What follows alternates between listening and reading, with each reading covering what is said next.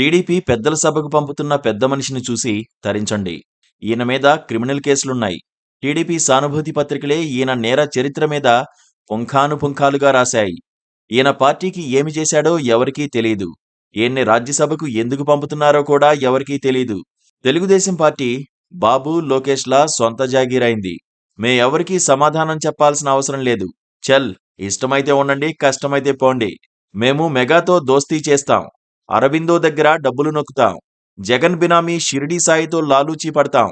Criminals ని పెద్దల సభకు పంపుతాం. జగన్ మనుషులను కాపాడుతాం. నువ్వెవడివి ఆపడానికి, ఆగడానికి అంటూ ఒక టీడీపీ సానుభూతిపరుడు సోషల్ మీడియా వేదికగా వాపోయాడు. టీడీపీలో జరుగుతున్న పరిణామాలకు ఈ సోషల్ మీడియా పోస్ట్ నిదర్శనంగా నిలుస్తోంది. వైసీపీ ప్రభుత్వంలో 5 ఏళ్ల పాటు దెబ్బలు తిని ఇబ్బందులు పడుతూ ముక్కుతూ మూలుగుతూ గడిపిన వాళ్లు ఇప్పుడు మంచి రాజకీయ జీవితం కోసం ఎదురుచూస్తుంటే వాళ్లకు అవకాశాలివ్వకుండా, పదవులు కట్టబెట్టకుండా కొత్తవారికి ఛాన్స్ ఇస్తున్నారన్న ఆవేదన సగటు కార్యకర్తల్లోనూ, సానుభూతిపరుల్లోనూ కొనసాగుతోంది. ఆంధ్రప్రదేశ్ అధికార కూటమిలో ఇప్పుడు వైవిధ్యభరితమైన పరిస్థితి కనిపిస్తోంది. మైనర్ పార్ట్నర్గా ఉన్న బీజేపీ ఎలాంటి చప్పుళ్లు చేయడం లేదు. అసలా పార్టీ ఏం చేస్తుందో అర్థం కావడం లేదు. బీసీ సంఘం నేత ఆర్ కృష్ణయ్యకు రాజ్యసభ సీటు ఇప్పించుకోవడం తప్పితే రాజకీయంగా ఏపీలో ఆ పార్టీ సాధించిందేమీ కనిపించడం లేదు. జనసేన మాత్రం గత ప్రభుత్వ తప్పిదాలు, ఇంకా కొనసాగుతున్న అవకతవకలను ప్రశ్నిస్తూ వాటిని ఎక్స్పోజ్ చేస్తూ ముందుకు సాగుతోంది. ఆ క్రమంలో టీడీపీని పూర్తి డిఫెన్స్లో పడేసి ఇరకాటంలో పెడుతోంది. రేషన్ బియ్యం విదేశాలకు వెళ్లిపోతున్న వ్యవహారాన్ని జనసేన పెద్దలు బజారుకి ఇచ్చిన తీరే ఇందుకు ఉదాహరణగా చెప్పొచ్చు. కాకినాడ పోర్టు నుంచి రేషన్ బియ్యం అక్రమ రవాణాను అరికట్టేందుకు పౌర సరఫరాల శాఖ మంత్రి నాదెండ్ల మనోహర్ అక్కడ అనేక సార్లు పర్యటించారు. దాన్ని అరికట్టేందుకు తీసుకోవాల్సిన చర్యలను సైతం సూచించారు. అయినా సరే డిప్యూటీ సీఎం పవన్ కళ్యాణ్ మళ్లీ అక్కడకు వెళ్లి తనదైన శైలిలో రాజకీయాలు చేశారు. సీజ్ ది షిప్ అంటూ ఆయన వదిలిన డైలాగ్ సోషల్ మీడియాలో పెద్ద ట్రెండింగ్ టాపిక్ అయింది.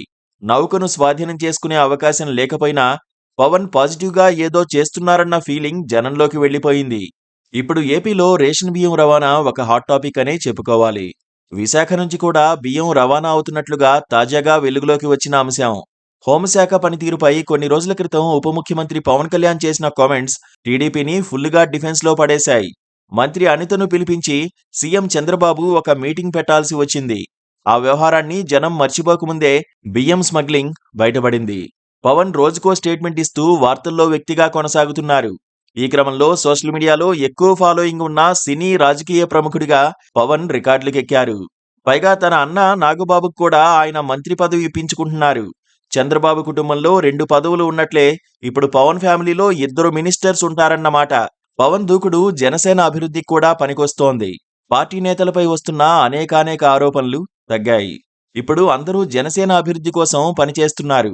పైగా బలమైన కాపు సామాజిక వర్గంలో ఐక్యత పెరిగింది. వాళ్లంతా పవన్ చుట్టూనే రాజకీయాలు తిరుగుతున్నాయన్న ఫీలింగ్లోకి వెళ్లిపోయారు.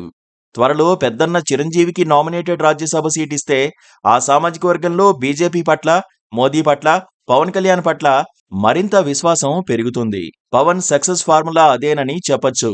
పవన్ తన పార్టీలో ఐక్యత సాధిస్తే కూటమి పార్టీ టీడీపీలో మటుకు విభేదాలు కొనసాగుతున్నాయి. పదవుల విషయంలో పార్టీ నేతల మధ్య తీవ్ర అసంతృప్తి నెలకొంది.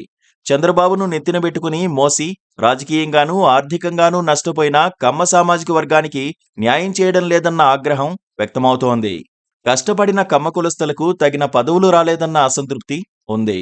అధికారానికి వచ్చి 6 నెలలు దాటినా దేవినేని ఉమ, గోరంట్ల బుచ్చయ్య చౌదరి, ధూళిపాళ్ల నరేంద్ర కుమార్ లాంటి వాళ్లను తగిన రీతిలో సత్కరించలేదన్న ఆగ్రహావేశాలు వెల్లుబుకుతున్నాయి. టీడీపీ కోసమే పనిచేసే నిజమైన నాయకులు, కార్యకర్తలకు ఎలాంటి గౌరవం లేదంటూ పార్టీ సానుభూతిపరులు, సోషల్ మీడియా వారియర్స్ కోడై కూస్తున్నారు. అసలు సానా సతీష్కు రాజ్యసభ పదవి ఎందుకివ్వాలన్న ప్రశ్నలు బహిరంగంగానే వినిపిస్తున్నాయి. నారా లోకేష్ తన యువగళం పాదయాత్ర సందర్భంగా ప్రతి నియోజకవర్గంలో ఒక నాయకుడికి హామీ ఇచ్చారు. ఎమ్మెల్యే టికెట్ ఇవ్వలేకపోయిన వారికి ఏదో విధంగా కాంపన్సేట్ చేస్తానని హామీ పలికారు. ఎన్నికల్లో గెలిచిన తర్వాత వారిని పట్టించుకున్న దాఖలాలు లేవు. అలాంటి వారిలో సత్తెనపల్లి నియోజకవర్గానికి చెందిన మన్యం శివనాగ మల్లేశ్వరరావు అలియాజ్ అబ్బూరు మల్లికి ఎలాంటి పదవి ఇవ్వలేదు. లోకేష్కు అత్యంత సన్నిహితుడన్న పేరు ఉన్న అబ్బూరు మల్లి సొంత ఖర్చులతో 2 ఏళ్ల పాటు అన్నా క్యాంటీన్ను నిర్వహించారు. అయినా సరే నో యూజ్. టీడీపీలో మల్లి లాంటి వాళ్లు నియోజకవర్గానికి 2 ఉన్నారు. ఇప్పుడు టీడీపీ వ్యవహారాలన్నీ లోకేష్ కార్యాలయం నుంచే జరుగుతున్నాయన్న ఆరోపణలు ఉన్నాయి. ఆయనకు సన్నిహితుడైన కిలారు రాజేష్ చెప్పినట్లుగా లోకేష్ చేస్తున్నారని ప్రచారం జరుగుతోంది. సానా సతీష్కు రాజ్యసభ టికెట్ ఇప్పించింది కూడా రాజేషేనని చెబుతున్నారు. లోకేష్ దగ్గర పని కావాలంటే రాజేష్ను ప్రసన్నం చేసుకోవాలన్న చర్చ జరుగుతుండగా మొదట్నుంచి పార్టీని నమ్ముకుని పార్టీ కోసం పనిచేసిన వారిని పక్కన పెట్టారన్న ఆందోళన వ్యక్తమవుతోంది. కేవలం పవర్ బ్రోకర్స్ కు పెద్దపీట వేస్తున్నారన్న ఆరోపణలు వినిపిస్తున్నాయి. నిజానికి అధికార పార్టీలో జోషుండాలి. తాము తలుచుకుంటే ఏ పనైనా చేస్తామని ద్వితీయ శ్రేణి నేతలు ధీమా వ్యక్తం చేయాలి. టీడీపీలో ఇప్పుడు ఆ పరిస్థితి లేదు. అధిష్టానం తమను హీనంగా చూస్తోందన్న అభిప్రాయం మాత్రమే వారిలో కలుగుతోంది. చంద్రబాబుకు తమ పార్టీ కార్యకర్తల కంటే జనసేన నాయకత్వాన్ని సంతృప్తిపరచడమే ప్రధాన అజెండా అన్నట్లుగా వారిలో ముద్రపడిపోయింది. తాము అడిగిన పనులు ఆయన చేయడని, అడిగి పరువు పోగొట్టుకోవాల్సి వస్తుందని కేడర్ భయపడుతోంది. తనదైన దూకుడుతో పవన్ పెడుతున్న ఒత్తిడి కూడా అలాంటిదే. మరి ఈ ఇనుప సంకెళ్ల నుంచి చంద్రబాబు తన పార్టీని బయటపడేసుకుంటారో లేదో చూడాలి. Please subscribe to Please subscribe to KTV Telugu. KTV Telugu. KTV Telugu. KTV Telugu. To KTV Telugu. KTV Telugu channel.